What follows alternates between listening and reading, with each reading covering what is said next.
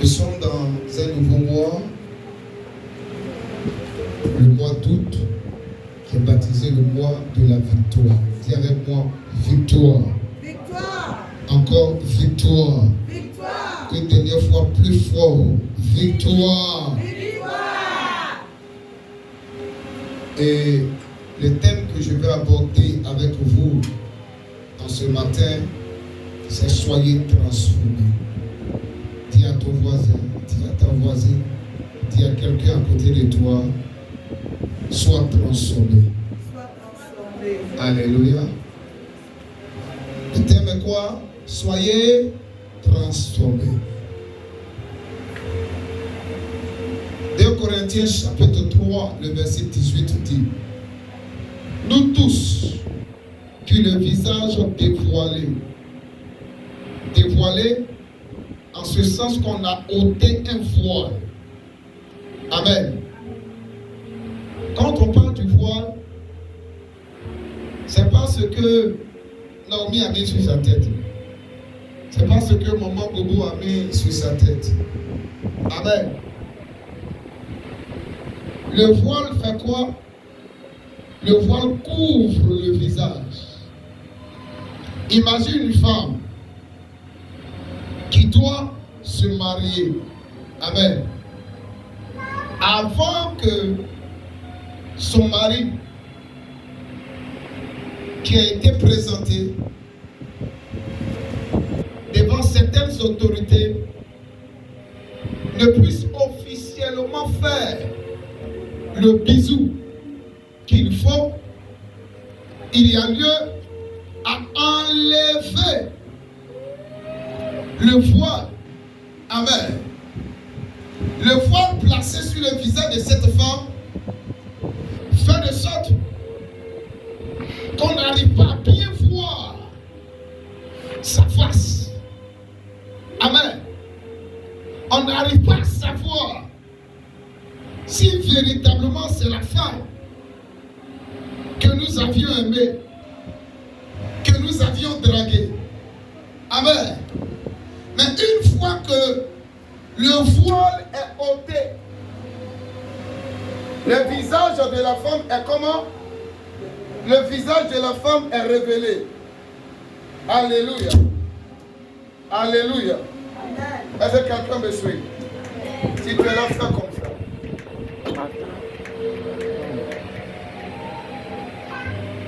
Il dit, nous tous, qui le visage ont découvert, le visage ont dévoilé,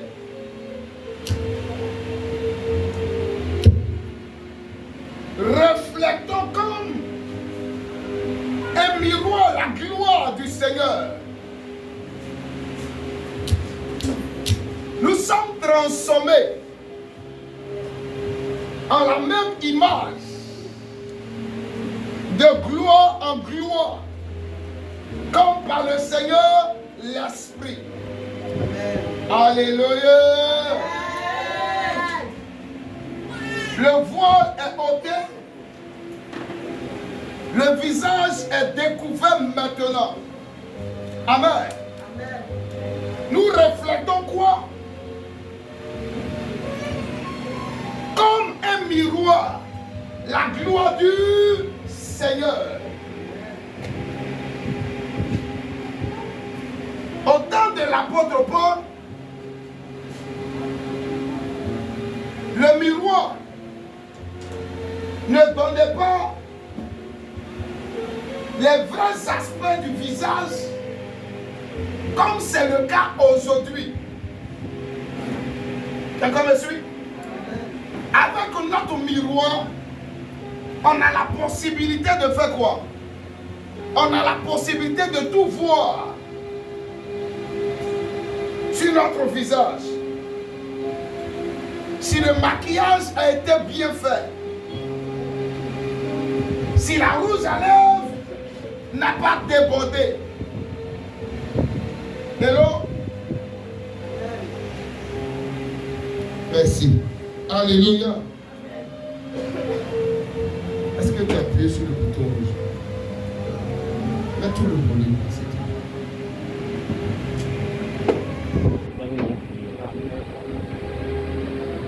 Et tu peux tout, et que rien ne t'aime. Merci Jésus.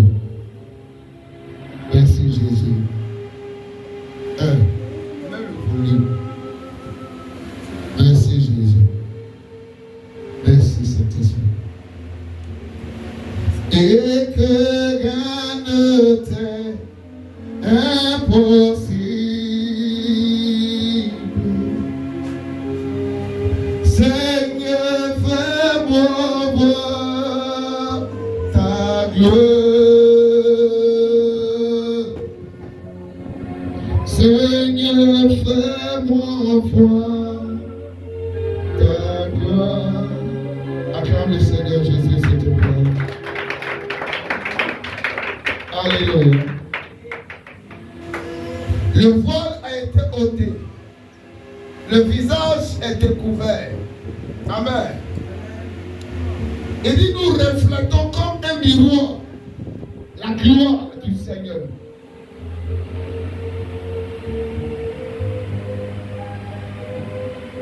Et je parlais du miroir au temps de l'apôtre Paul.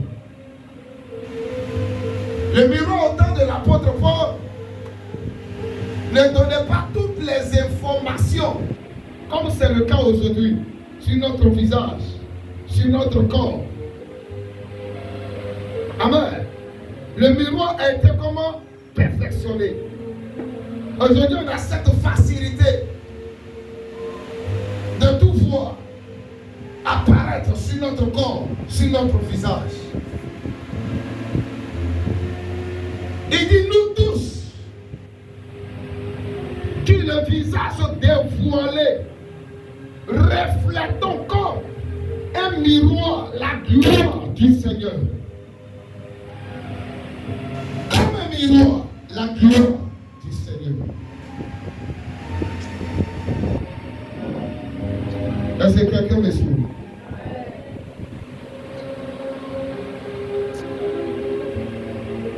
Quand le voile est ôté sur ta vie et qu'on te regarde, on doit voir quoi à travers ta vie? On doit voir Jésus à travers ta vie.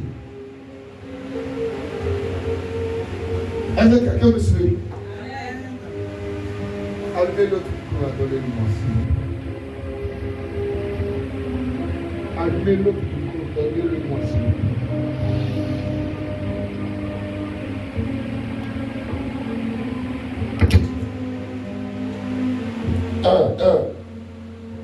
Merci.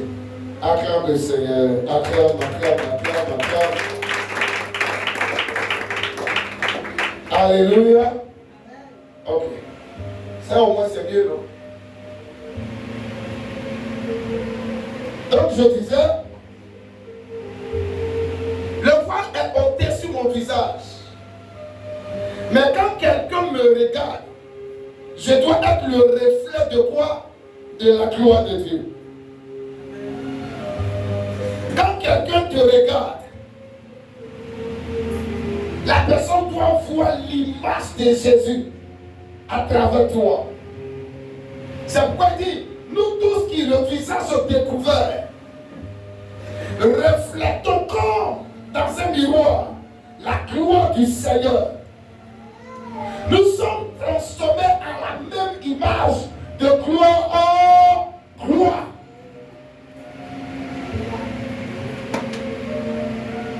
Quelqu'un me suit? Si tu me comprends, fais comme ça. Maintenant, spirituellement parlant, le fait d'enlever le voile sur le visage signifie quoi? Amen. Le fait d'enlever le voile sur le visage de quelqu'un signifie que la personne vient d'être convertie. Une personne qui est converti réellement, le voile est au-dessus de son visage. Quelqu'un me suit? Si tu viens à l'église et que la conversion n'est pas là, c'est qu'il y a encore un voile sur ton visage.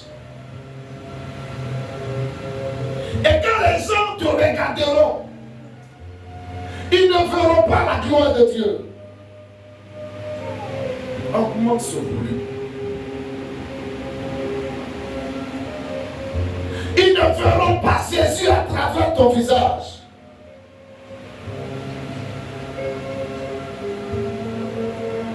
Normalement, tu dois refléter la gloire de Dieu. Là où tu travailles, dans ton quartier, dans ta famille, là où tu habites.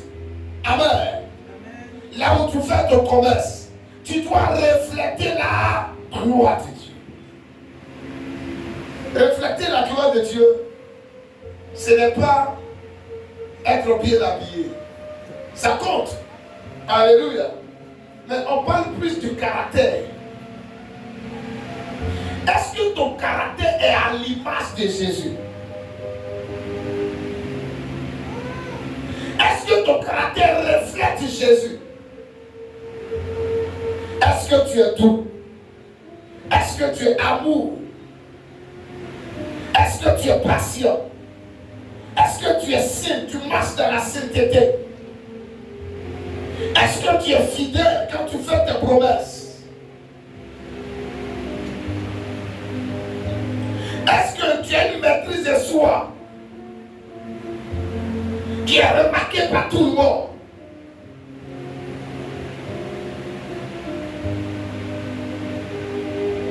Quand on te regarde, est-ce qu'on voit Jésus à travers ta vie? Quand on te voit parler, on te voit agir, on te voit venir à l'église. Quand on t'invite à une cérémonie de fête, et puis tout le monde est servi, toi seul ta table n'est pas servie. Est-ce que tu arrives à te comporter comme il se doit? Ou bien tu fais un tapage?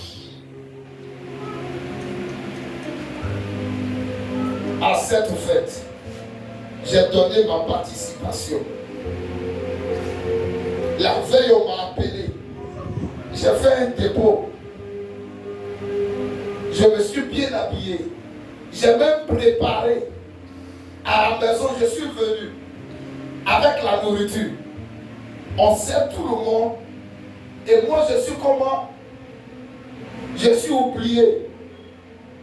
Ça, c'est quelle église? Tu te lèves. Tu commences à crier. Une personne dans le service au cours va de l'autre côté. Elle prend les dernières choses qui restent. Elle décide de venir te donner. C'est ça là que tu as me donné. Tout le monde a mangé, bu. Amen. C'est restant avec gratté que tu vas me donner. Ne mange pas. Et puis tu quittes là. Avec la colère. Tu rentres à la maison. Et pendant que tu rentres à la maison, toi seul tu pars sur la route.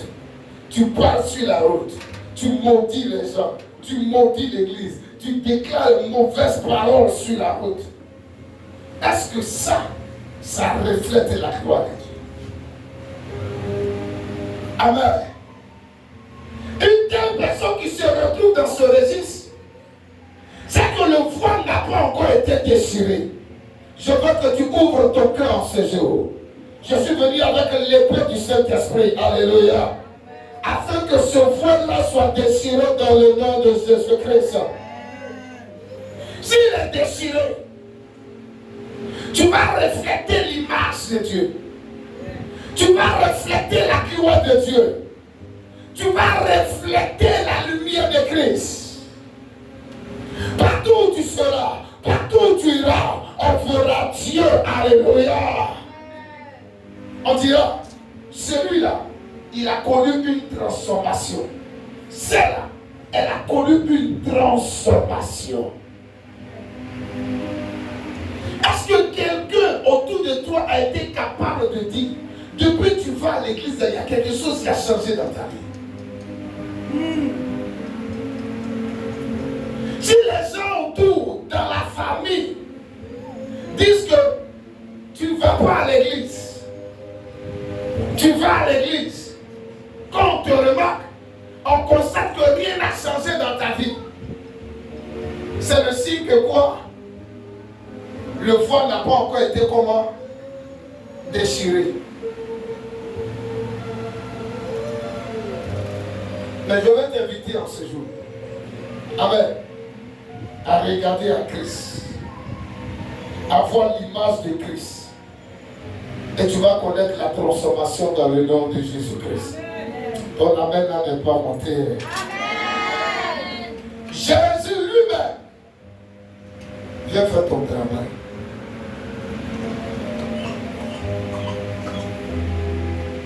A connu la transfiguration. Transformer et transfigurer, en grec, c'est la même chose. Lisons Matthieu chapitre 17, verset 1 au verset 8.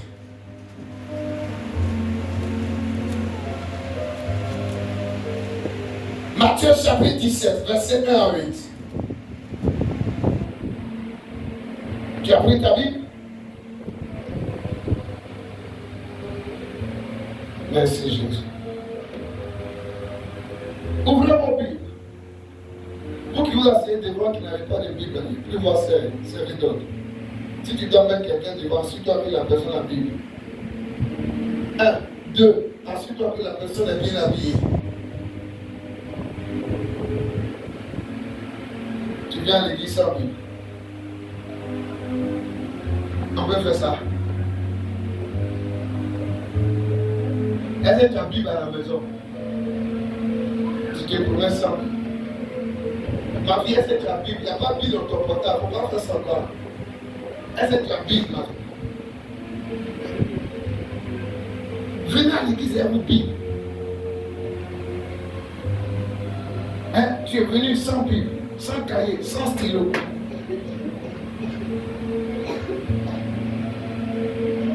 C'est pourquoi aujourd'hui, amen, vous venez nombreux à l'église, c'est pas ça. Demain, quand il y a un problème qui se présente, ou bien il y a une situation bizarre qui se présente, quand il y a une nouvelle qui tombe, si vous faites comment? Vous ne venez pas à l'église.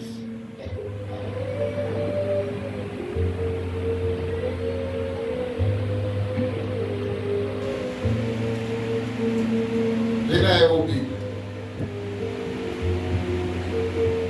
Matthieu 17 à partir du verset 1. 6 jours après, Jésus prit avec lui Pierre, Jacques et Jean son frère, et il les conduisit à l'écart sur une haute montagne. Dis avec moi, il fut transfiguré. Qui a été transfiguré? C'est qui? Répondez-moi, c'est qui? Oh, parlez fortement. C'est qui? Qui a été transfiguré? Maman Bobo, on répond nous tous. Qui a été transfiguré? Jésus. La bouche est fermée, pourquoi? Réponds avec fille. Amen. Une dernière fois. Qui a été transfiguré? Jésus. Il est monté à combien de personnes? Sur la haute montagne. Il est monté à 3 personnes. Sur la haute montagne. Mais c'est lui seul qui a été comment? Transfiguré. Pourquoi Pierre n'a pas été transfiguré? Pourquoi Jacques n'a pas été transfiguré? Pourquoi Jean n'a pas été transfiguré? Je continue la lecture. Son visage resplendit. Hey! Comme le soleil. Amen. Est-ce que toi, quand on regarde ton visage, est-ce qu'on voit le soleil? Est-ce que ton visage brille comme le soleil?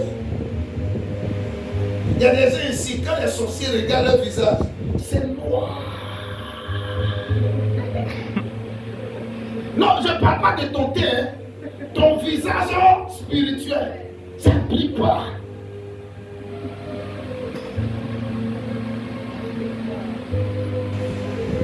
Écoute-moi, tu peux faire toutes sortes de maquillage. Tu peux faire make-up. C'est ce qu'on dit, non? Amen. Tu peux mettre toutes sortes de faux cils, de faux cheveux, de têtures, amen, de rouge à lèvres, et briller aux yeux des hommes. Mais quand quelqu'un qui est spirituel regarde ton visage, il constatera quoi? Que ton visage ne brille pas. La Bible dit le visage de Jésus a resplendi. Amen. Oh. Je prie que cela soit ton cas au nom de Jésus-Christ.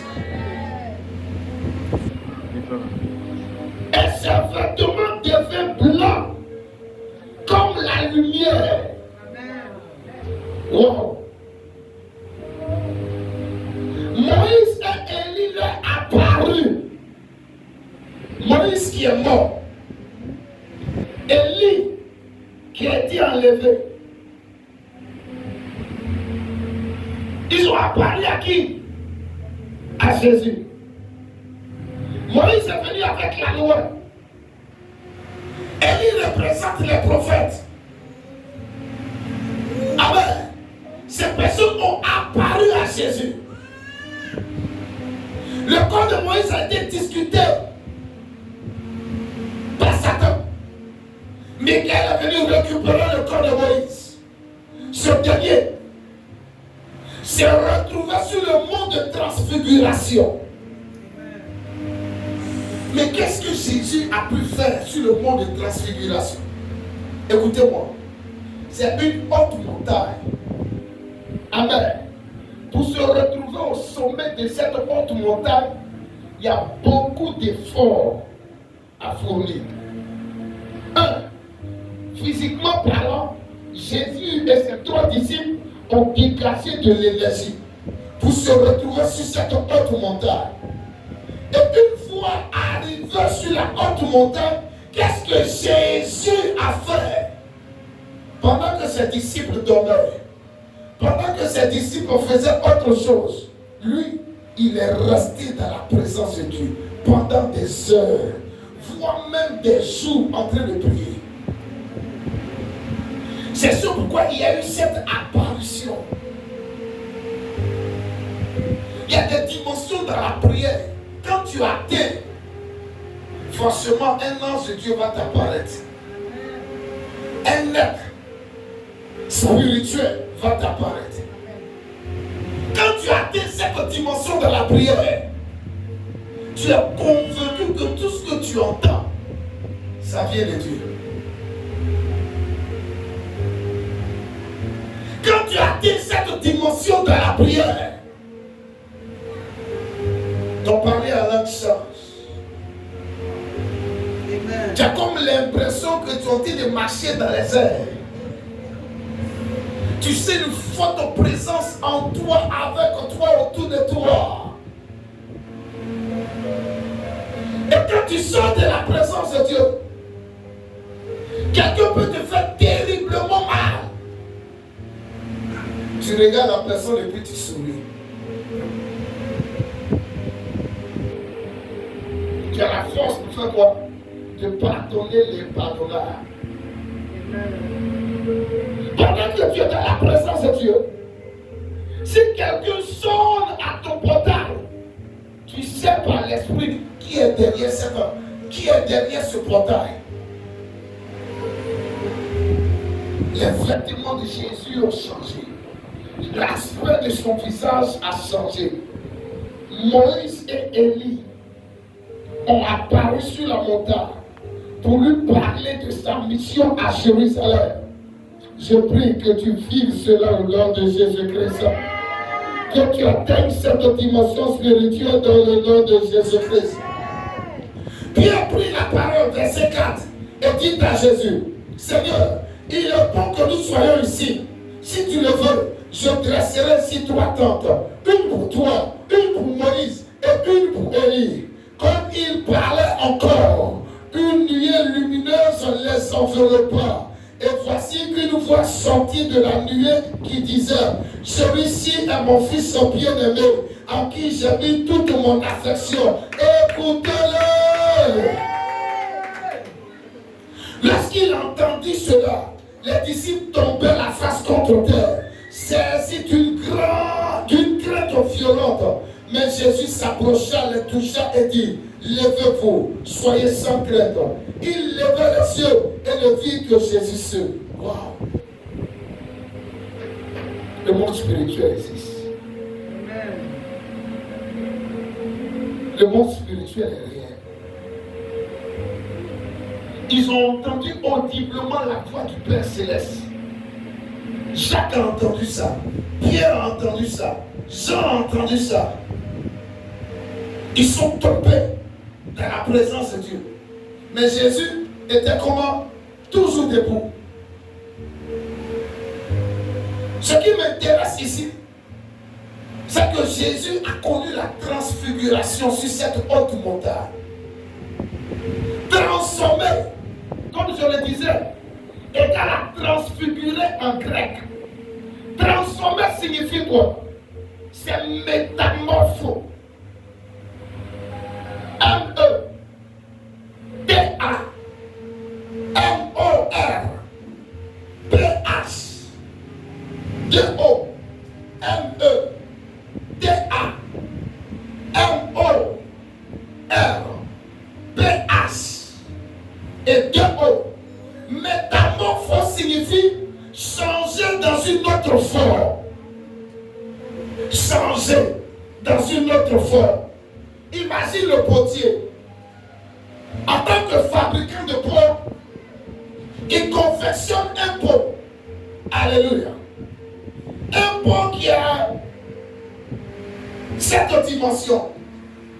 Et il décide de mettre des graviers à l'intérieur de ce pot. Amen.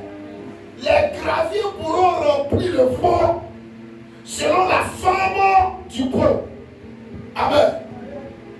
À un moment donné, les graviers, si on continue de les mettre dans ce pot, vont faire quoi? Vont se retrouver à terre. Or, ça ne l'arrange pas que les graviers se retrouvent à terre. Son objectif, c'est qu'il y a un grand pot. Pour recevoir beaucoup de graviers, il est obligé de faire quoi?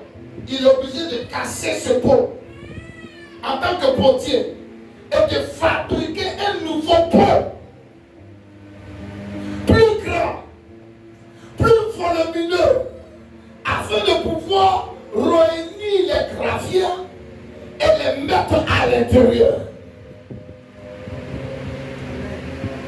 Métamorphose produit cela. Quelqu'un me suit? Quand il y a transformation, il y a changement dans une autre forme. Écoute-moi, si quelqu'un vient à l'église et qu'à chaque fois qu'on prêche, il dort, il n'a pas encore connu métamorphose. Il va suivre. J'ai dit, s'il vient à l'église et puis à chaque fois il vient, il fait quoi? Il dort. À chaque fois qu'il vient, il fait quoi? Il dort. Il n'a pas encore connu quoi? Métamorphose. Il n'a pas encore eu un changement dans une autre forme qui s'est produit. Le changement en question, ce n'est pas au niveau de ta tête. Ce n'est pas au niveau de tes pieds, de tes mains. Mais on parle plus de ton être spirituel. De la même manière qu'on te voit physiquement, spirituellement, il y a une image que tu représentes. Est-ce que ton être spirituel est capable de recevoir assez de Dieu. Quelqu'un me suit?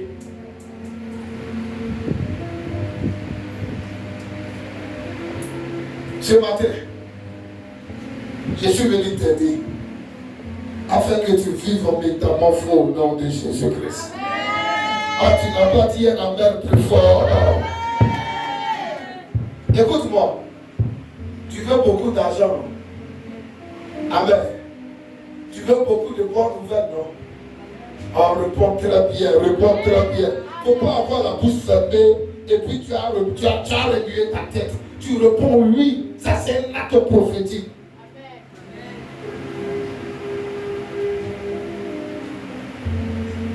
Je rappelle encore, le prophétique a ses exigences.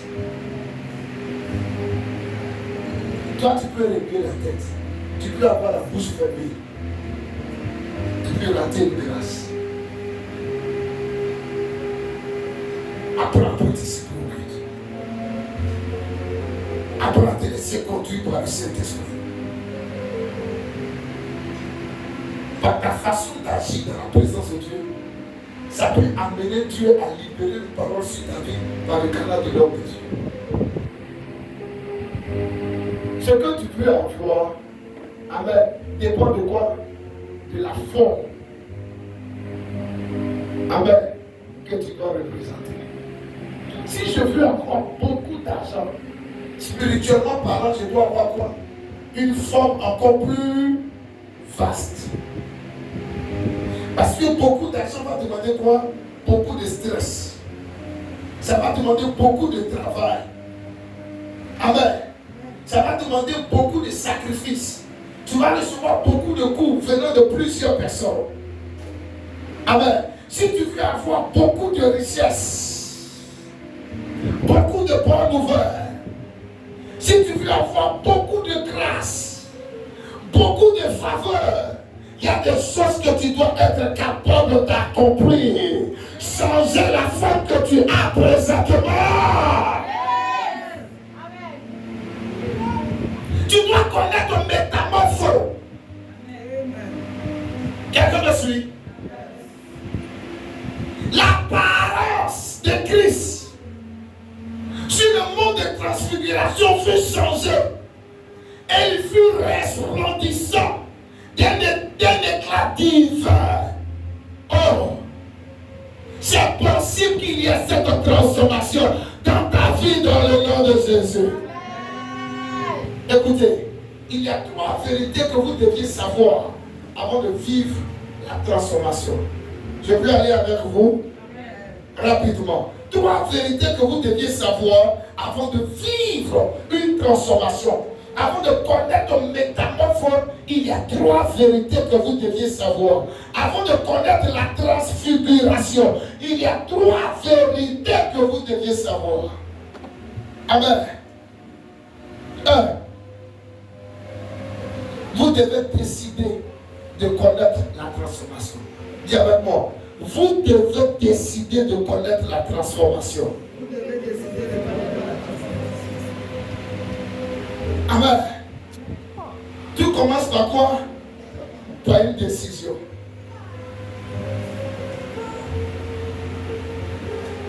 Vous devez décider de faire quoi? Avant le message, je parlais de quoi? De l'heure. N'est-ce pas? Vous devez décider de venir au culte à l'heure. Amen. Vous devez décider de faire quoi? Vous devez décider d'être fidèle à Dieu, à l'église. Même si tout va mal autour de vous. Même si le foyer n'a pas de sens. Amen. Vous devez décider de faire quoi? D'être toujours dans la présence de Dieu. Vous devez décider de toujours prier. Tu t'es bien réveillé. Tu t'es mal réveillé. Tu dois faire quoi? Toujours prier. Tu as payé ta facture. Tu n'as pas encore payé ta facture. Tu dois toujours faire quoi? Prier. Tu as mangé. Tu n'as pas mangé. Tu dois faire quoi? Prier. C'est une décision.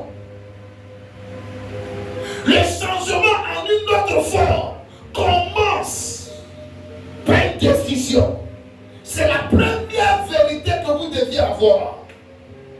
La deuxième vérité que vous deviez comprendre et appliquer avant de pouvoir connaître le métamorphose, le changement en une autre forme.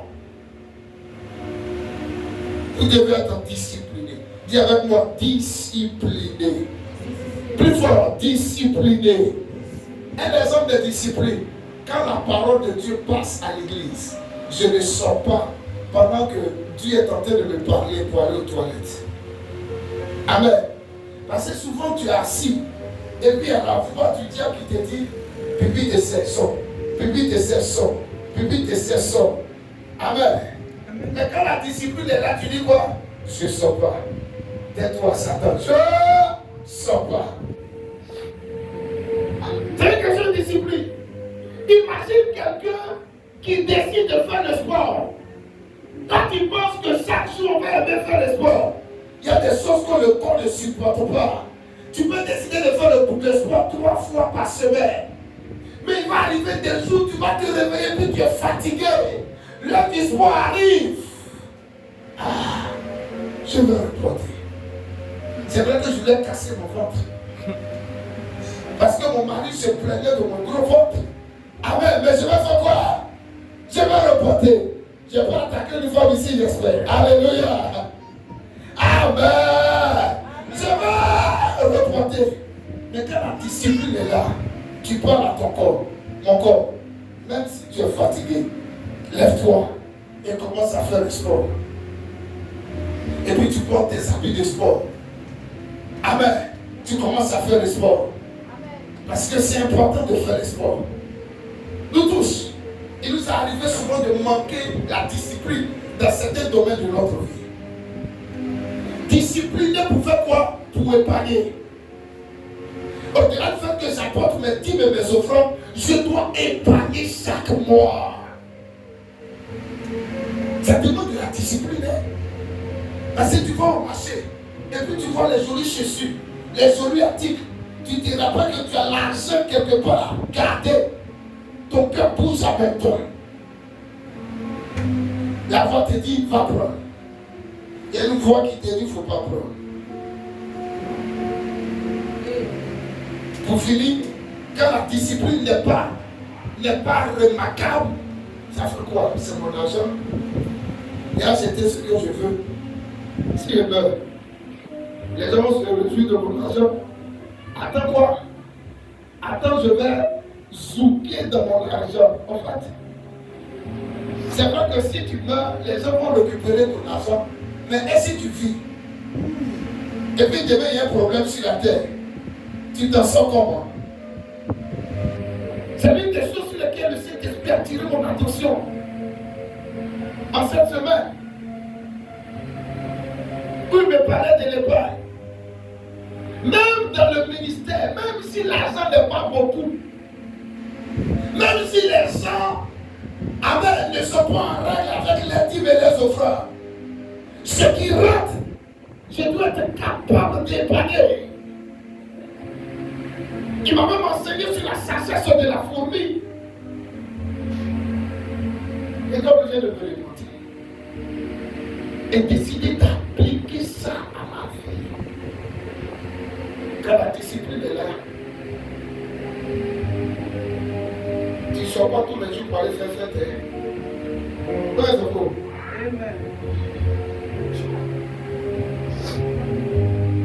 Et oui. Il y a les gens qui ont fêté ici, non? Le jeudi passé, jour anniversaire. Il y a l'une de mes filles là qui est dans une autre commune là. Amen.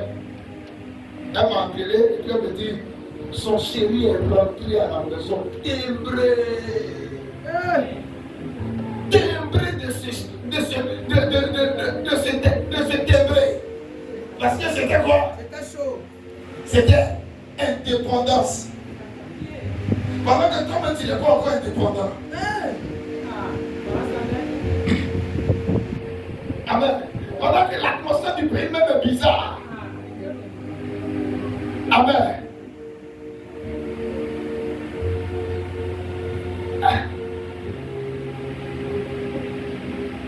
Mais il a pu les rentrer sous les. Tu sais quoi? Le lendemain, vendredi, il allait au travail. Il y a des gens ici. Ils boivent, ils rentrent saoulés. Le samedi, le dimanche, ils ne viennent pas à l'église. Allez, tu comprends? Il a pu les rentrer comment? Saoulés. Vous ne pouvez pas aller faire autre chose ou rester à la maison. Il a pensé à quoi? À une sanction qu'il risque d'avoir. C'est vrai que moi, se saouler, c'est un péché. Amen. Mais ne pas encore venir à l'église. Parce que tu as bu, tu ouvres encore d'autres portes au diable. Quand tu reconnais que tu es tombé, tu fais quoi? Tu lui demandes pardon. Tu viens dans sa présence. Et puis tu prends cette ferme résolution avec la grâce de Dieu de ne plus faire quoi? De ne plus aller sur cette voie dans le nom de Jésus. Ça, c'est la deuxième vérité. La discipline. Vous ne pouvez pas connaître une métamorphose si au préalable vous n'êtes pas une personne disciplinée. La troisième vérité, amen, votre transformation va exiger, amen, la présence de 3 personnes. Votre transformation va exiger la présence de 3 personnes. 1. Dieu. Dis avec moi, Dieu. Plus fort, Dieu. Toi-même, tu ne peux pas te changer. Toi-même, tu ne peux pas abandonner le péché. Ce qui te fatigue, le mauvais caractère que tu as, tes faiblesses, tu ne peux pas abandonner ça si Dieu n'intervient pas. Alléluia. La deuxième personne, c'est qui? Vous-même. Dieu seul ne peut pas agir dans ta vie si toi-même tu ne participes pas. Dieu a besoin de ton accord. Il a besoin que tu poses tes pas. Et la troisième personne, c'est qui? Ce sont les autres autour de toi. C'est pourquoi je te prêche la parole. Je dois être capable de te dire ce que tu fais n'est pas bien. Tu es dans un foyer avec quelqu'un, il faut regarder ton conjoint. Regarde ta conjointe. Ah chérie, avant tu partais à l'église, hein? Mais depuis un certain temps, tu ne vas plus à l'église. Avant tu te lavais 2 fois par jour. Tu te brossais 2 fois par jour. Mais depuis le foie a commencé, tu ne te laves plus pour dormir. Et si la nuit je vais tourner ma main, parce qu'il est 4 heures, quelque chose a commencé à dire bonjour au ciel.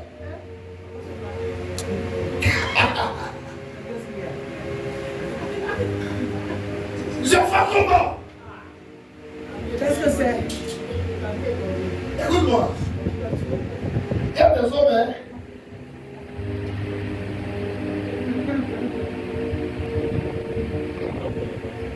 Ils s'amusent pas avec leur propriété. Moi, je connais. D'autres même sont à l'église ici.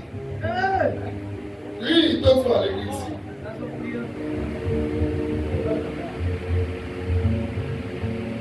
Ils sont exigeants en matière de propriété.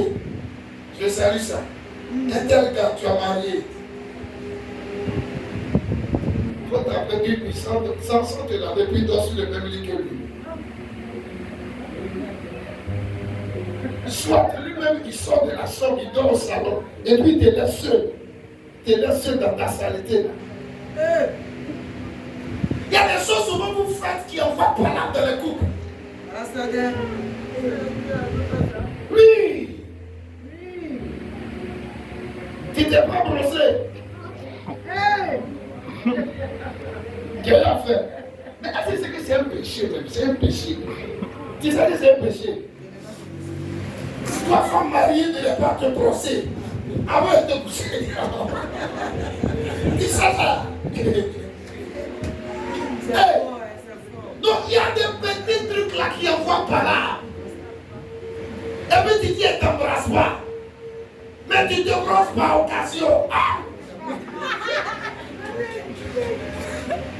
Ah. Délivrance. Amen. Votre Dieu est saint.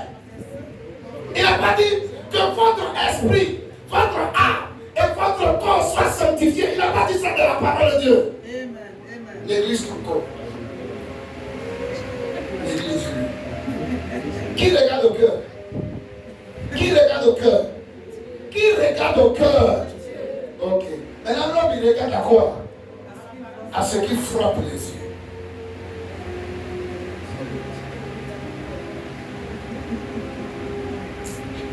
Amen. On est sur la terre des vivants. On est sur la terre des hommes. Amen. Quand tu pries, quand tu vois ton cœur, il est content, il ne faut pas négliger aussi ton corps.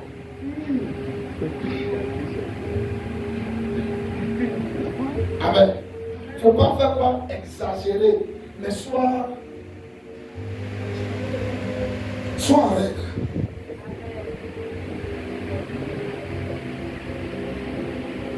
Tu as besoin de la présence des autres pour connaître une transformation. Dieu peut utiliser ta voisine, ton voisin, faire quelque chose, dire quelque chose qui ne va pas te plaire, qui va te déranger. Dieu transforme nos vies souvent par des difficultés. Dieu transforme nos vies par quoi? Par la tentation. Dieu transforme la vie de quelqu'un en utilisant une autre personne à côté de lui. Tu peux penser être tolérant, patient, mais rentre dans un foyer. C'est là ton vrai comportement. Toi-même, tu ne te connais pas, ça va se révéler. Ton mari va faire quelque chose, ta femme va faire quelque chose. C'est là que tu sauras si tu es patient ou pas. Amen. Dieu va utiliser ta soeur en Christ pour te transformer. La soeur en Christ va commencer à te critiquer. Et puis ça tombe dans tes oreilles. Et puis toi aussi, tu ne comprends pas la parole. Je change d'église. Tu ne dis pas au revoir à qui? Tu ne dis pas au revoir à qui? À ton pasteur. Amen.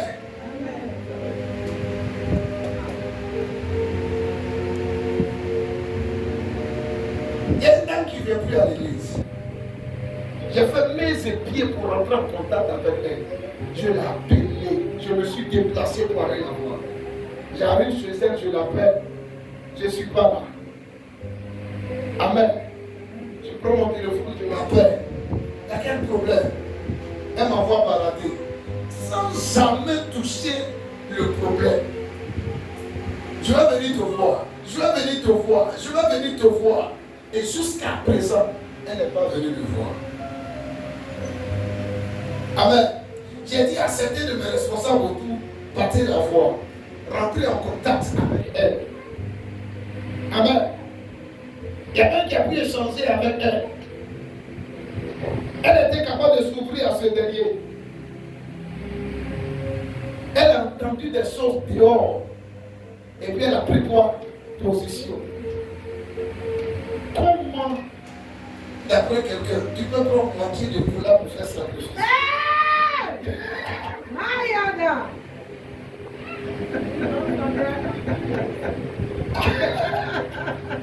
Comment c'est?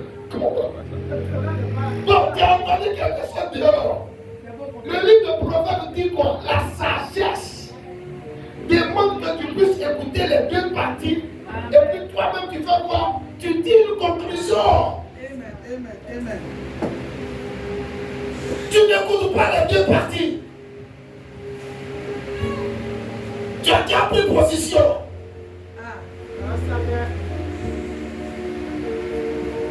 Ce responsable lui a demandé de venir dimanche dernier me voir. Elle a promis au responsable d'être là pour venir à la réception. Mais elle n'est pas venue. Amen. Et elle est déjà comment? Dans le jargon, on dit elle est déjà calmée. Ce qu'elle a entendu de l'autre côté, c'est comment? C'est vérifié. Or, tout à l'heure, si on fait l'exercice, si je dis quelque chose à Gaël ici, avant que ça arrive à Clarisse Quadio, la phrase là sera déformée. Ça sera déformé. Il y a des choses qui vont sauter. Le ton va faire quoi? Changer. Amen. Amen. Amen. Amen. Ok, on fait les 6.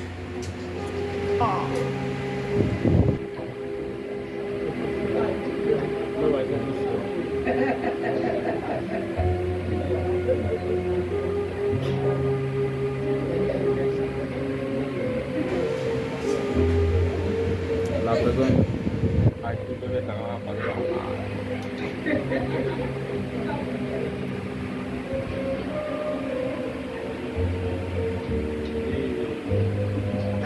Sarah, va dire ça à Rebecca. Rebecca Coco. Je mets les mots.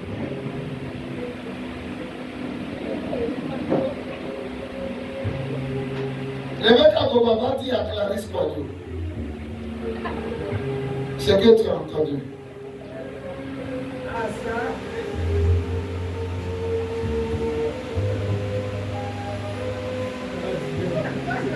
Hey. Oui, Clarisse Quadio, lève-toi s'il te plaît. Tu as entendu quoi? Hein?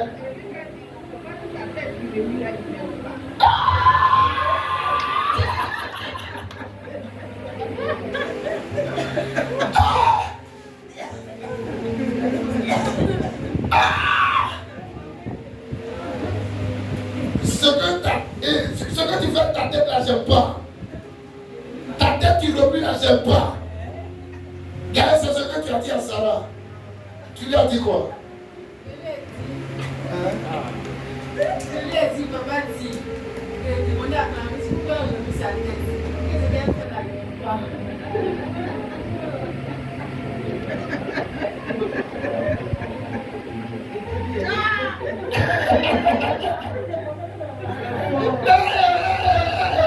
Maintenant, imaginons que Clarisse Quadio doit dire ça à ce Ouattara là. Il doit dire ça, elle doit dire ça pendant Ouattara. Ça sera comment? Il y a d'autres qui seront retracés. Elle est allée dire à Ouattara, papa dit tu l'énerves. Avec ta tête, tu as mis le bandeau autour. Tu l'énerves. Elle aussi, elle a entendu cette fille à l'église. Fâché, fâché, fâché, fâché, fâché, fâché. Fâché sur tout. Amen. Amen. Quelqu'un me suit? Soyez comment? Soyez comment? Plus fort, soyez comment? Trois vérités à savoir avant la transformation. La transformation est une décision. Elle exige que tu sois discipliné. Pour qu'il y ait transformation, la troisième vérité, tu as besoin de Dieu. Toi-même, tu dois participer. Et les autres seront utilisés par Dieu pour faire quoi? Pour produire cela. Les autres vont participer à ta transformation. Quelqu'un me suit? Quelqu'un me suit? Je te rappelle, tout ce que tu recherches dépend de la forme spirituelle que tu as. Change de forme spirituelle. Sois obèse spirituellement. Sois grand spirituellement. Tu peux être petit de taille, mince, insignifiant aux yeux des hommes physiquement parlant. Mais spirituellement, sois un géant. Sois une grande femme. Sois quelqu'un de costaud spirituellement. Je t'en prie, fais-le. Deux clés principales pour que vous soyez transformés. On va s'arrêter à une seule clé et puis on va prier. La première clé, si vous voulez vivre la transformation, dis avec moi la méditation. C'est quoi méditer? Méditer, c'est réfléchir. Allons-y. Méditer, c'est réfléchir. Penser profondément. Quelle est la différence entre méditer et puis s'inquiéter? Celui qui s'inquiète, il pense profondément à ses problèmes. Il pense profondément à la maladie qui se présente à lui. Il pense profondément à sa situation difficile dans le foyer. Amen. Celui qui s'inquiète pense profondément à ses factures qui ne sont pas encore payées.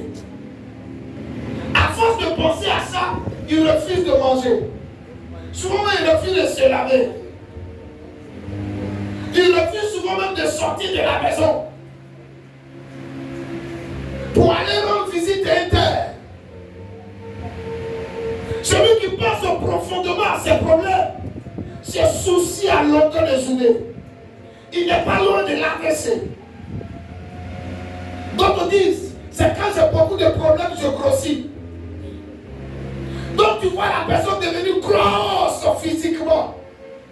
Pour d'autres personnes, elle mange matin, midi et soir. À force de penser à ses problèmes, elle dépérit tout d'un coup. Or, méditer, c'est réfléchir profondément sur la parole de Dieu. Quelqu'un me suit? Méditer, c'est aussi quoi? C'est aussi annoncer. Méditer, c'est proclamer. Toutes les religions au monde vous parleront de la méditation. Et il y a des sectes qui vous demanderont de faire quoi? De prendre des positions pour pouvoir faire une bonne méditation. Il y a un secret, Josué chapitre 1, le verset 8. Psaume chapitre 1, verset 1 jusqu'au verset 3. Lisons cela. Le livre de Josué chapitre 1, le verset 8 dit que ce livre de la loi ne s'éloigne point de ta bouche. Médite-le jour et nuit. Agis fidèlement selon tout ce qui est écrit. Car c'est alors que tu auras du succès, tu connaîtras la réussite dans tes entreprises. Amen. Psaume chapitre 1, verset 1 à 3. Lisons ça.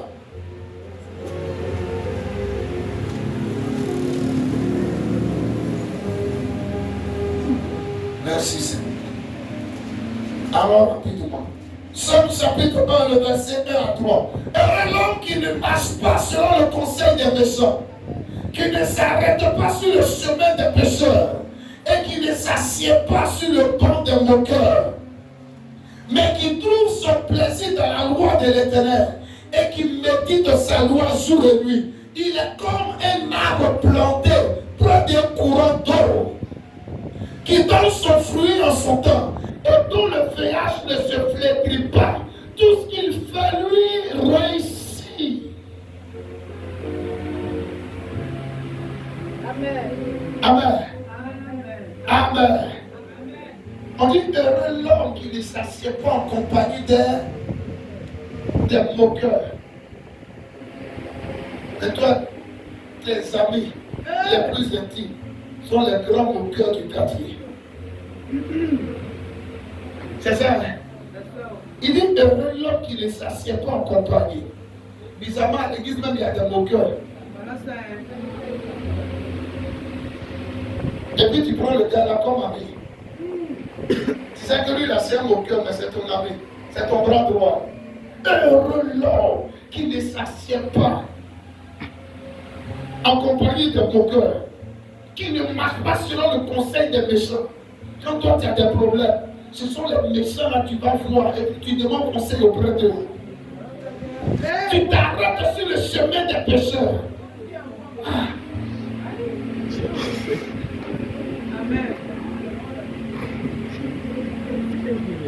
Toi qui t'assois en compagnie des moqueurs, tu es malheureux. Le contraire d'heureux, c'est malheureux. Amen. Hey.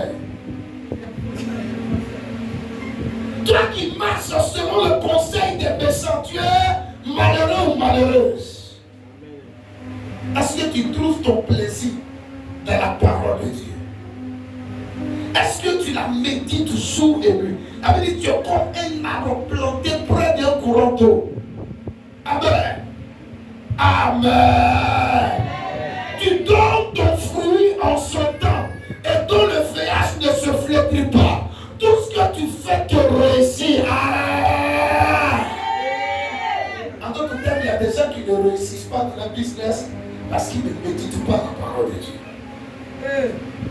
Ils ne réfléchissent pas profondément sur la parole de Dieu.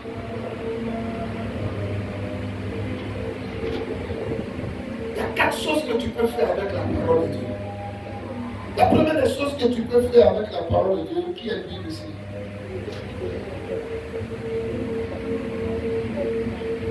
La première des choses que tu peux faire avec la parole de Dieu, tu peux la lire. Dis avec moi, tu dois la lire. Tu peux la lire, mais toi, tu dois la lire. La deuxième des choses que tu peux faire tu dois faire avec la parole de Dieu, c'est de l'étudier.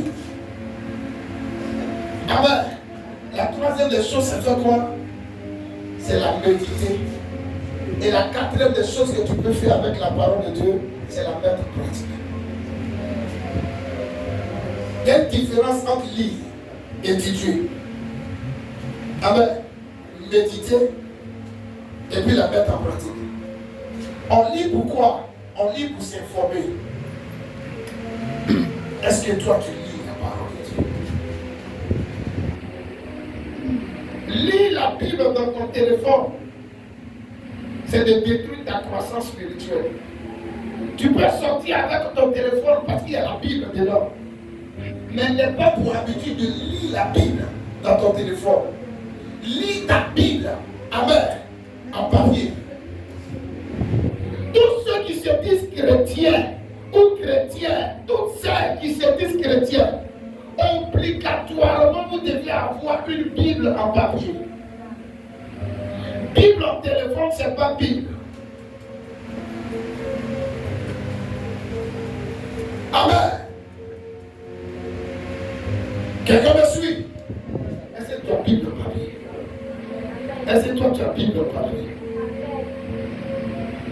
Aujourd'hui, les jeunes d'aujourd'hui, qu'est-ce qu'ils recherchent? Ils grandissent un peu. Papa, est-ce que tu ne peux pas payer une tablette pour moi? Est-ce que tu ne peux pas payer un téléphone pour moi? Personne ne m'a dit qu'il faut payer Bible pour moi. Amen. Comment toi ton portable peut coûter plus cher que les Bibles que tu as à la maison? Ils sont nombreux. Ils ont Bible de 1500. Mais un portable de plus de 200 000. Toi prends collection de mes Bibles. Ça fait millions. Mon portable coûte pas millions. J'ai plus de 8 versions de Bible sur moi. Les Bibles de plus de 15 000, de plus de 20 000, j'avais acheté. Et je me suis obligé chaque année, amen, chaque année, d'acheter une nouvelle Bible.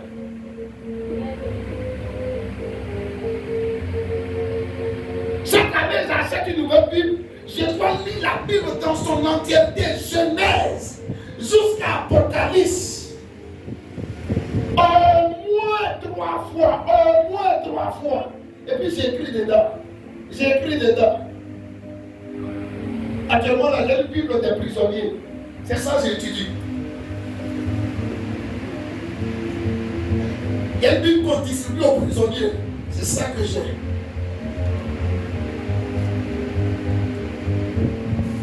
C'est quand la dernière fois tu allais à la librairie pour acheter une Bible? C'est quand la dernière fois tu as lu ta Bible?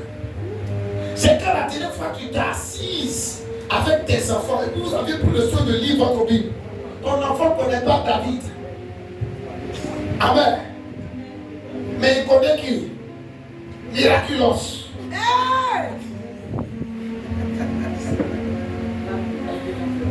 Il ne sait même pas qui on appelle Jephthé dans la Bible. Ton enfant il ne connaît pas ça. Parce que la nuit avant de dormir, tu ne lui racontes une histoire biblique. Toi-même tu ne lis pas. Car écoute-moi, c'est un péché d'avoir aussi la Bible et puis de poser son chemin du lit. Dimanche et si et puis venir à l'église de cela. C'est un péché. C'est un péché.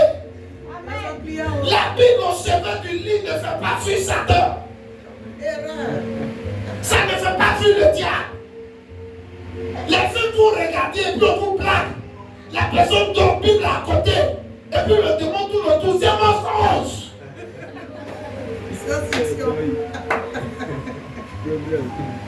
Ils ont en train de faire promotion de Bible, mais c'est pas ça qui fait fuir le démon. Est-ce que tu lis ta Bible? Impose-toi cette discipline chaque jour. Entre 15 minutes et 30 minutes au moins, je dois lire ma Bible. Commencez par le Nouveau Testament. Amen. Quelqu'un me suit? L'évangile selon Jean. Quand moi je partais à l'école, je quittais Koumassi, je prenais bus. J'allais au lycée classique d'Abidjan. Je rentrais souvent tardivement. Je m'étais imposé une discipline chaque jour de lire au moins 3 chapitres de la Bible. Je rentre fatigué. Je vais étudier le lendemain, tu dois te lever à 5 heures. Mais malgré ça, je lisais. Quand j'étais en vacances, là même, c'était terrible. Je peux passer toute la journée à la maison en train de lire la Bible. Et toi, tu es en vacances. C'est toutes les chaînes où il n'y a pas d'enseignement là que tu regardes. Quand tu finis là-bas, tu descends sur ton téléphone. Comment tu peux connaître la transformation? C'est pas possible. Quand on étudie la Bible, on lit pour s'informer. Quand on étudie la Bible, on a quoi? On a un cahier à côté. On a un stylo. Et puis on se pose des questions. Celui qui dit qu'il étudie la Bible, il n'a pas de cahier, il n'a pas de stylo, c'est un menteur. Maintenant, je vous regarde, votre façon de venir à l'église, il n'y a même pas quelqu'un ici qui étudie la Bible. Qu'est-ce que Dieu dit par rapport au célibat? Tu sais ce que Dieu dit par rapport au célibat? Qu'est-ce que Dieu dit par rapport au mariage? Qu'est-ce que Dieu dit par rapport? Dieu ta Bible. Elle n'est pas jolie à gravir. Ça, c'est une nouvelle Bible, ma fille.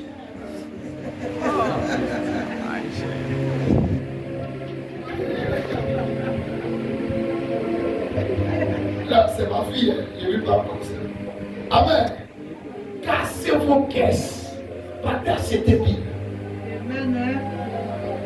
Qu'est-ce que Dieu dit par rapport aux finances?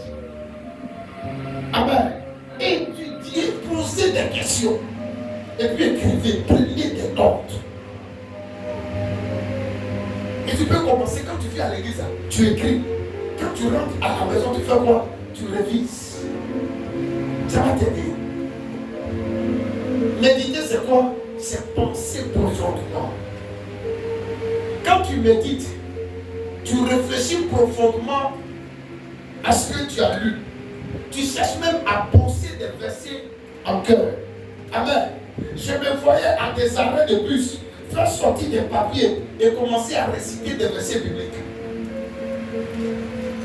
Je dis qu'aujourd'hui, amen, il y a un passage de la Bible dont tu vas me parler et puis je ne connais pas la référence. Même si je ne peux pas te dire textuellement c'est tel chapitre, je te dirai au moins c'est dans quel livre. Et jusqu'à présent, je continue de mémoriser des versets bibliques. Je peux te prendre par la grâce de Dieu des chapitres de la Bible et puis te réciter ça. Jean chapitre 1, te réciter ça à partir du verset 1er, sans regarder. Tu connais tous les numéros de tous les pointeurs qui se présentent à toi. Tu sais que si tu enregistres son numéro, ça crée problème à la personne. Donc tu ne mets pas son nom. Mais quand ça sort, tu sais que lui là, c'est le pointeur du crocodile. Ah! Tu as son numéro par cœur. Hébreux chapitre 4, verset 12. Je ne connais pas. Et je ne suis pas pasteur. Qui t'a dit que connaître ton verset biblique par cœur, c'est de devenir pasteur? C'est pour ton propre bien. Parce que ce que tu connais par cœur, quand tu vas te retrouver en face d'un démon, tu vas faire sortir ça. Quand tu vas te retrouver en face d'une situation difficile, tu vas proclamer ça.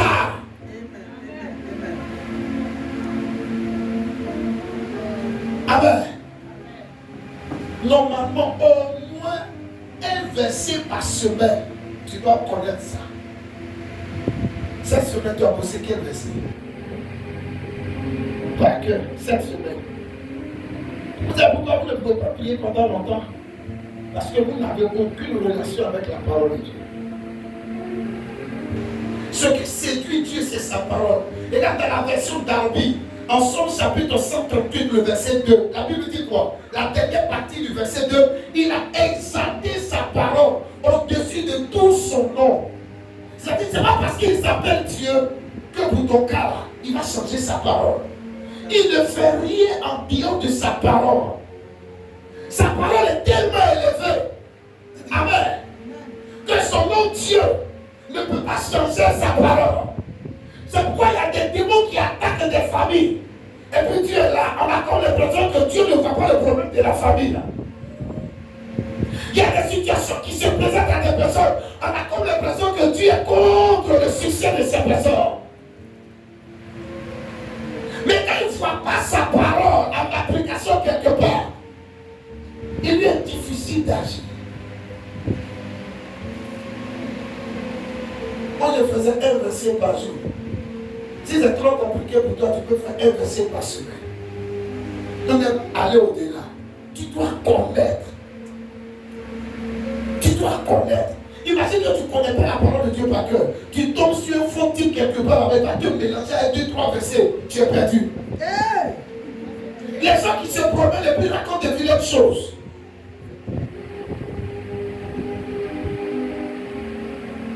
Méditez la parole.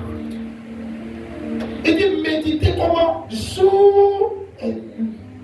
Pensez profondément sur la parole. Amen. Amen. Et pour donner la force à la parole de Dieu, la dernière étape, c'est quoi? C'est la pratiquer. Ce que tu médites, tu vas entendre la voix de Dieu. Je te donne un exercice que j'ai pu réussir par la grâce de Dieu hier. J'ai lu un passage de la Bible où Dieu dit à Abraham, en Genèse chapitre 15, Amen, à partir du verset 14, Dieu dit à Abraham, ta postérité sera esclave en Égypte pendant 400 ans, pendant 4 générations. Après ça, je vais les ramener sur cette terre, mais avec de grandes richesses. Amen, amen. Des années après, Abraham est mort. Isaac est venu, n'est-ce pas? Isaac est mort. Jacob est venu, n'est-ce pas? Jacob est mort. Les 12 tribus d'Israël sont venues. Les 12 tribus sont partis. Amen. Maintenant, les enfants qui sortent des 12 tribus ont constitué le peuple d'Israël. Ils se sont retrouvés en captivité où? En Égypte. Ils ont fait 430 ans là-bas. Avant qu'ils ne sortent, Dieu dit à Moïse, voici ce que vous deviez faire. Mais, vers la fin de la partie, voir les Égyptiens. Ils vont vous donner quoi? Ils vont vous donner leur or, leur argent, et puis leurs vêtements. Et pendant que je réfléchis, un Égyptien qui vient de perdre son enfant, son premier-né, il est en train de pleurer. Et puis Dieu dit, d'aller voir cet Égyptien, il va me donner or, argent, et puis vêtements. Et c'est ça, c'est pas cruel. Quelqu'un est en train de pleurer, il faut compatir à sa douleur. Yako. Mais toi tu dis pas Yako, tu lui dis donne-moi de l'or, donne-moi de l'argent. Donc Dieu là, il n'est pas similaire au sommet. Il a parlé depuis le temps d'Abraham. Simplement parce qu'il a parlé depuis le temps d'Abraham. Quand c'est arrivé, malgré la douleur qui s'est présentée aux Égyptiens, ils ont donné l'or, l'argent et puis le vêtement à qui? Aux Israélites. C'est que même si la situation est difficile sur cette terre actuellement, même si des personnes passent par des situations difficiles, papa, j'ai compris la pensée. Il y a des hommes, des femmes que tu as déjà mandatées. Ces personnes, je dois aller les voir. Elles doivent me donner de l'or. Elles doivent me donner de l'argent. Elles doivent me donner des vêtements. Elles doivent me donner tout ce dont j'ai besoin. Mais l'or, l'argent que les Israélites ont pris avec les Égyptiens, c'était pour faire quoi? C'était pour aller servir Dieu dans le désert. Avec cela, Amen. Parce que très souvent, tu regardes la situation du pays. On est dans une année électorale. Amen. Les gens disent que c'est chaud au pays. Est-ce que moi, j'ai m'en sorti dans le ministère? L'église a ses réalités. Tellement de combats menés. Je vais faire comment pour faire face à toutes ces charges? Et c'est là qu'il a continué de penser sur ça. En même temps qu'il continue de penser sur ça, il me donne en même temps l'orientation que je dois suivre. Si vous vous habituez à méditer la parole de Dieu devant chaque problème qui se présente à vous, la voix de Dieu va vous parvenir. Amen.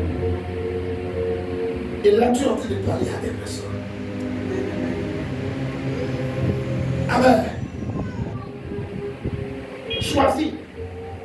Matin très tôt, avant d'aller au travail, médite. Tu peux prendre simplement 2 versets, 3 versets, après ta lecture. 2 versets, 3 versets, méditer sur ça. Je dis bien, on lit pour s'informer. Il faut avoir un programme de lecture. Je peux lire aujourd'hui le livre de Jean, mais je passe par une situation difficile. Ça n'a rien à voir avec le passage que j'ai lu. Amen, amen.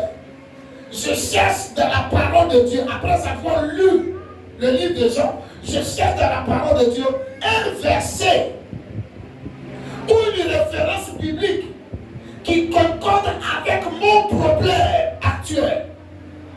Et puis je pense à ça profondément. Je sors de la maison avec cette pensée. Amen. Avant de me coucher, je fais quoi? Je pense à ça encore profondément. Si entre midi et 2 j'ai le temps, j'ouvre encore ma Bible. Je pense à ça profondément. En même temps que je pense à ça, je murmure des paroles. Parce que méditer doit t'amener à murmurer des paroles, à parler. Pendant que tu murmures, la pensée de Dieu se fait sortir de là, tu déclares. Donc c'est ce que Dieu veut dire. Alors je crois que cette maladie ne m'emportera pas dans le nom de Jésus-Christ. Vous savez pourquoi vous devez méditer? Même étant chrétien, vous allez connaître des situations difficiles. Amen. Quelqu'un qui vous est proche peut connaître la mort. Qu'est-ce que tu vas faire? Quelqu'un qui te soutenait financièrement peut partir. Qu'est-ce que tu vas faire? Ce qui a fait que j'ai pu me maintenir jusqu'à présent, quand même l'église a changé de lieu, et puis des personnes m'ont quitté. C'est parce que j'avais pris pour habitude de méditer la parole de Dieu. Sinon, je devais avoir des maladies cardiovasculaires. Je devais tomber. Il m'est arrivé souvent des nuits de parler seul. Mais ma profondeur avec la parole de Dieu, mon attitude avec la parole de Dieu m'a maintenu. Lisons ce dernier verset, puis je finis. Luc chapitre 6. Quelqu'un peut prendre ça pour moi. Verset 46 au verset 49. Dimanche prochain, on va à la deuxième clé. Première clé, si vous voulez être transformé, si vous voulez changer de force spirituellement, méditez. Luc 6, 46 à 49. Allons. Alors rapidement. Luc chapitre 6. 46 à 49. 46 à 49. Pourquoi m'appelez-vous Seigneur? Pourquoi m'appelez-vous Seigneur? Seigneur. Seigneur. Et ne faites-vous pas ce que je dis. Et ne faites-vous pas ce que je dis. Je vous montrerai à qui est semblable. Yes. Tout homme qui vient à moi. Yes. Entends mes paroles. Entends mes paroles. Et mets-les en pratique. Yes. Il est semblable à un homme qui, bâtissant une maison, a Celui creusé. qui entend mes paroles, qui les met en pratique, il est semblable à un homme qui bâtissant Une maison a creusé profondément. une maison à creuser profondément. Et a posé le fondement sur le roc. Oui. Une inondation est venue. Une inondation, un problème. Après avoir posé le fondement sur le roc, voici il y a une inondation. Et le tort s'est jeté contre cette maison. Yes. Sans pouvoir Hein? l'ébranler. Hein? Parce qu'elle était bien bâtie. Amen. Pourquoi tes maisons se renversent? Pourquoi tes immeubles tombent? Parce que la fondation n'est pas comment? N'est pas solide. Pourquoi il y a des gens qui viennent à l'église quand ils passent par une situation difficile financièrement, ils regardent? Parce que la fondation n'est pas comment? Solide.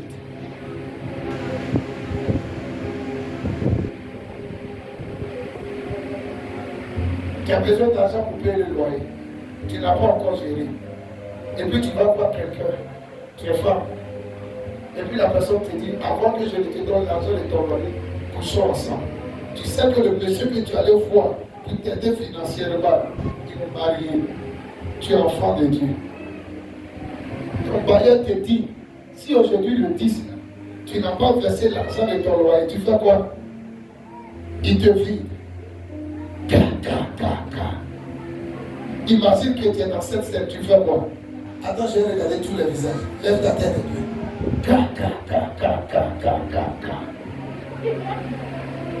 La partie du film où on met une chanson, une musique bizarre.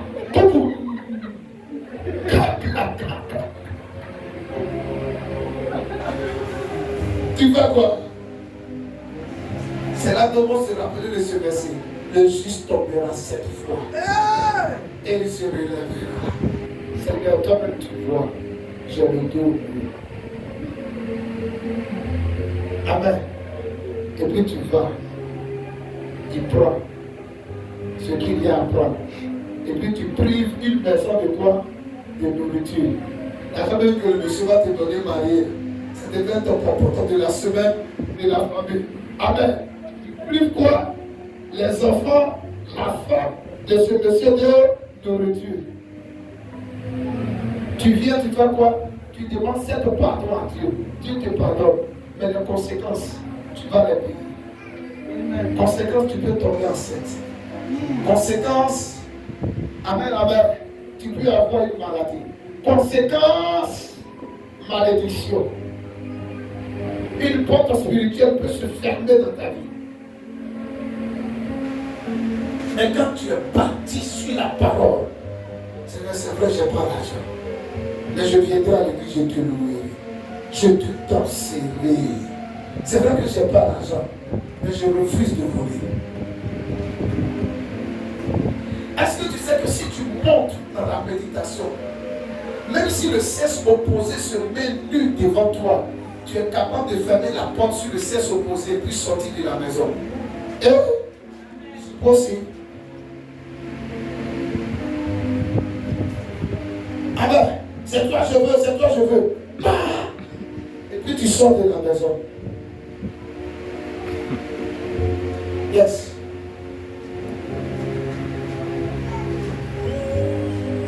Moi j'avais un problème avec le sexe. Et dans ma formation, il m'a envoyé à l'hôtel. Un hôtel qui n'est pas loin de la rue Princesse. Là, imagine, chaque jour, je voyais les prostituées rentrer à l'hôtel. Et puis je suis seul dans la chambre, dans ma formation.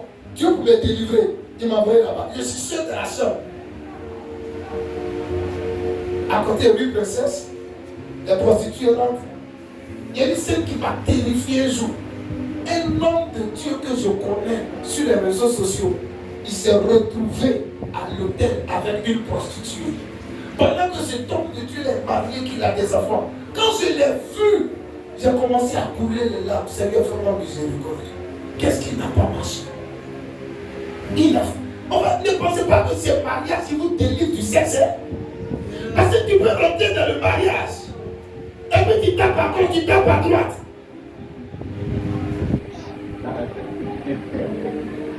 Hey. Quand Dieu te dit, viens dans la sanctification, si avant le mariage tu as réussi, quand tu as rentré dans le mariage là, même si ta femme vient d'accoucher, que la merci dit pendant 3 mois, tu ne dois pas la toucher, tu ne vas pas le sauter dans la chambre de la servante. Tu ne vas pas aller là-bas pour faire ça. Dans 3 mois là, tu te préserves. avez des problèmes avec le sexe là, il ne faut pas demander mariage, demande délivrance. Hey! Tu n'as pas été délivré maintenant, tu rentres en mariage. Dis tout, papa. La femme avec qui tu as couché, tu as trouvé qu'elle est usée, elle est fatiguée, il faut lui fraîchir. Hey! Les fraîcheurs. Attention. Amen. Quand j'ai vu l'homme de Dieu dans cet état, j'ai coulé les larmes. Frères et sœurs, j'ai tapé 4 ans et demi à l'hôtel. 4 ans et demi à l'hôtel. Sans toucher femme. Je dis, c'est fort, hein? C'est vraiment la grâce de Dieu. Pendant près de 7 ans, sans toucher des femmes. Pendant qu'il y avait les propositions.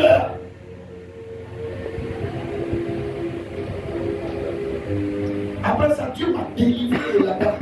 Et puis m'a conduit au millionnaire. Dans une garçonnière. C'est possible. On dit ça fait 9 ans. C'est ma femme, son mère, regarde. On t'a dit que les jolies femmes là, elles ne défilent pas devant moi. Elles défilent. Il y a quelqu'un qui est venu à l'église. Il faut prier pour ma poitrine. J'ai un mal là. Et puis elle fait sortir son sein. Elle dit pardon. Pardon. Pardon. Ma femme a ça aussi. J'ai ri hier. À l'église. J'ai vu ça à l'église. Elle fait sortir sa poitrine. Regarde la boule là. Il faut prier. Mets ta main dessus. Ah. Pour ma femme est plus forte que toi. Si tu n'as pas été délivré de ça, tu n'as pas t'en sortir.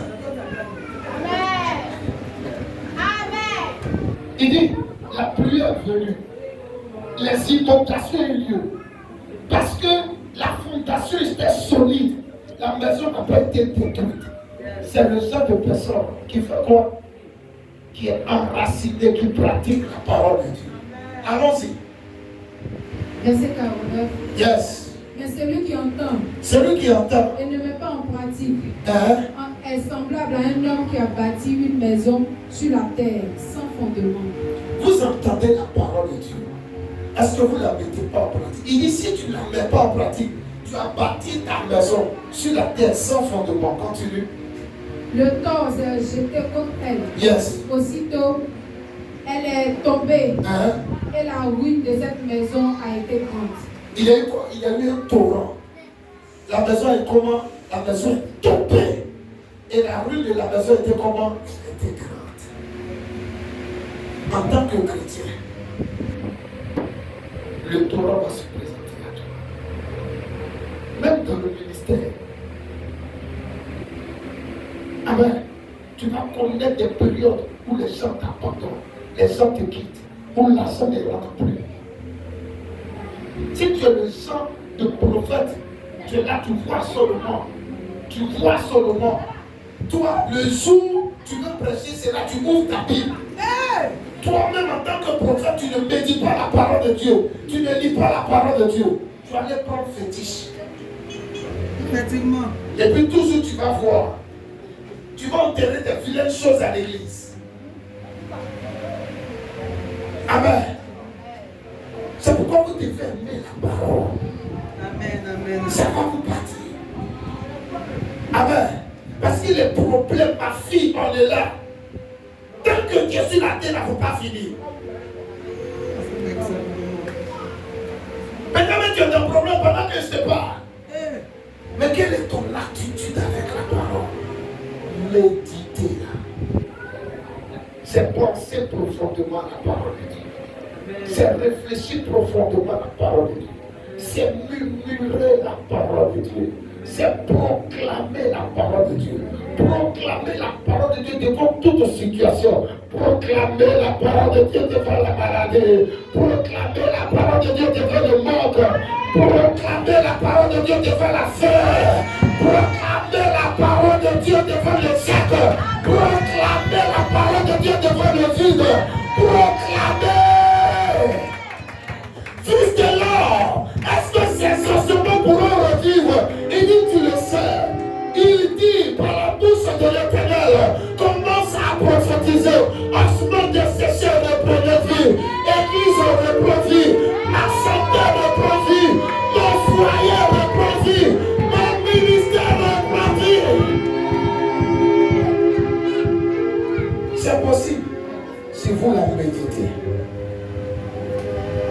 été béni, tiens-toi debout. Et rends grâce à Dieu. La parole.